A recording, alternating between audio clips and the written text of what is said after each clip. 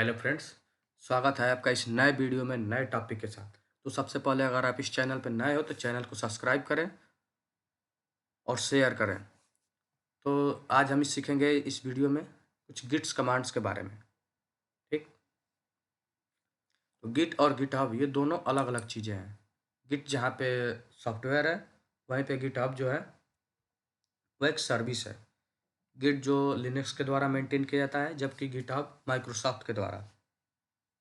Git एक command line tool है और गिटहब एक ग्राफिकल यूजर इंटरफेस है। ठीक, तो ये दोनों अंतर होता है गिट और गिटहब के बारे में, तो इसमें हमें कंफ्यूज नहीं होना है।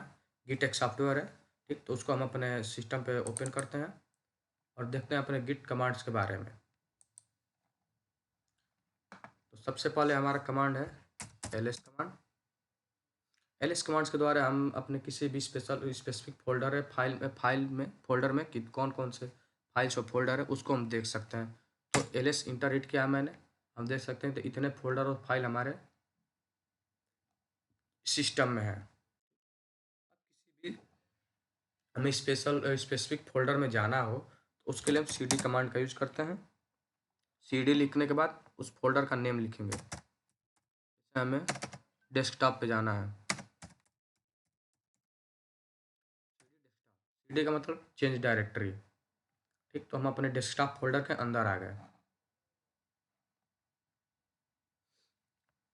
अब हमें पीछे जाना हो, फिर वापस अपने पिछले ही फोल्डर में जहाँ से आए हैं, तो वहाँ जाने के लिए हम यूज करते हैं cd, उसका // अपने पिछले फोल्डर में चले गए।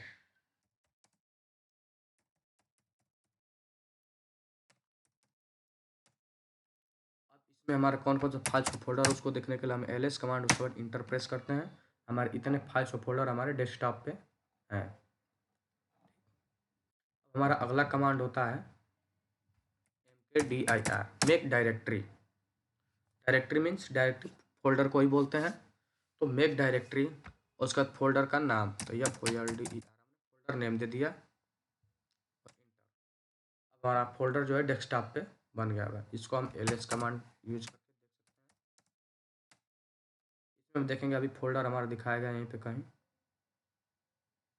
ये रहा हमारा फोल्डर। हमारा फोल्डर ये बन चुका है। इसको हम अपने डेस्कटॉप पे बनाए तो डेस्कटॉप पे चल के देखते हैं बना है कि नहीं। यहाँ आप देख सकते हैं हमारा फोल्डर बन चुका है, इसके अंदर कुछ नहीं है। ठीक,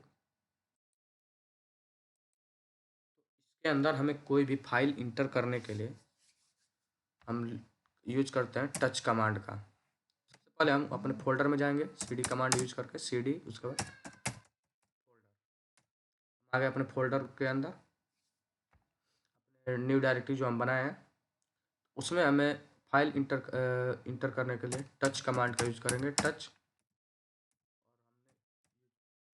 उसका नेम फाइल के लिए, तो नोट हमने फाइल का नेम दिया हुआ है और इंटर। अब ls कमांड यूज करेंगे और देखेंगे हमारे नोट नाम का फाइल बना है या नहीं। देखिए यहाँ पे हमें दिखा रहा है कि हमारे फोल्डर के अंदर नोट नाम का फाइल बन चुका है। हम यहाँ भी देख सकते हैं नोट नाम का फोल्डर बन चुका है।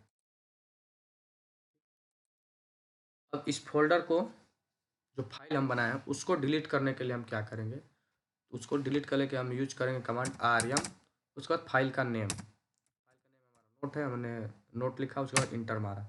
अब हमारा फाइल डिलीट हो चुका है, रिमूव हो चुका है वहाँ से। कुछ नहीं दिखाएगा। यहाँ से भी हम डेस्कटॉप पे भी अपने देख सकते हैं, फोल्डर में भी कुछ नहीं है, वो एकदम बिल्कुल खाली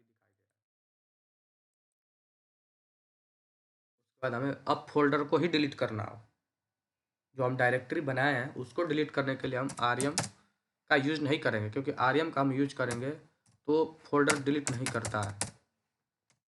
देख सकते हैं यहाँ पे can not remove folder, no such file और डायरेक्टरी।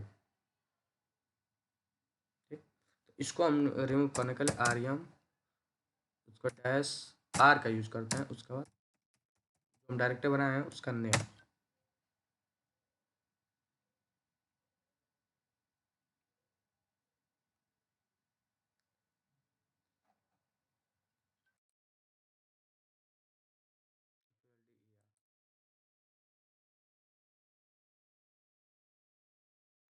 सॉरी, हमें पहले डेस्कटॉप में जाना होगा पीछे, क्योंकि ये इसलिए ऐसा हो रहा है क्योंकि जो हम फ़ोल्डर के अंदर ही होकर फ़ोल्डर को डिलीट कर रहे हैं, तो ऐसे नहीं डिलीट होगा। तो हमें इसके सबसे पहले इसके पिछले फ़ोल्डर में जाना होगा, स्लैश उसके बाद इंटर। अब इसमें से हमें जो फाइल डिलीट करना है उसके लिए डिलीट करेंगे, तो उसको डैश आर उसके बाद फ़ोल्डर का नेम, तो ये हमारा यहाँ से डिलीट हो चुका है। इसको हम देख सकते हैं, यहाँ से हमारा फ़ोल्डर नेम का डिलीट हो चुका है। तो इस तरह से हम अपना नया फ़ोल्डर बना सकते हैं, उसमें एंट्री कर सकते हैं, उसको रिमूव कर सकते हैं। अब इतना, उसके बाद हमारा अगला है कमांड गिट स्टेटस।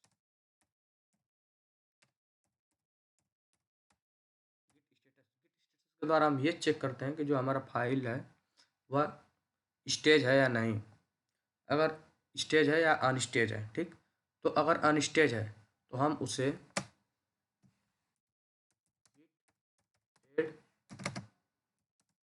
डॉट उसके बाद इंटर प्रेस करके हम उसको स्टेज एरिया में करते हैं। बिना स्टेज किए हुए वो हमारा कमिट नहीं होगा,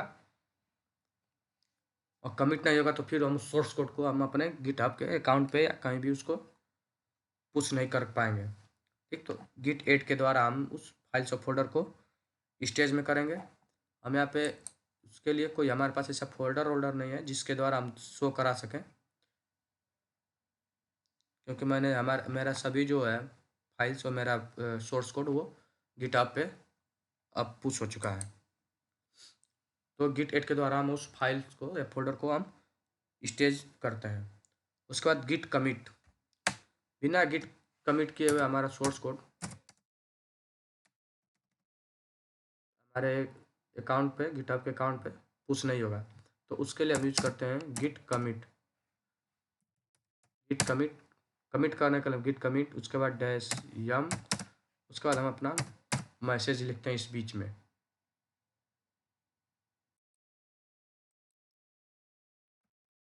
मैसेज में लिख देता हूँ, गिट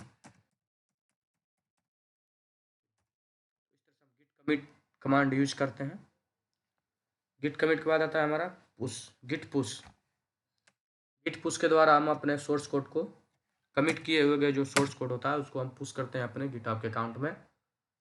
ठीक,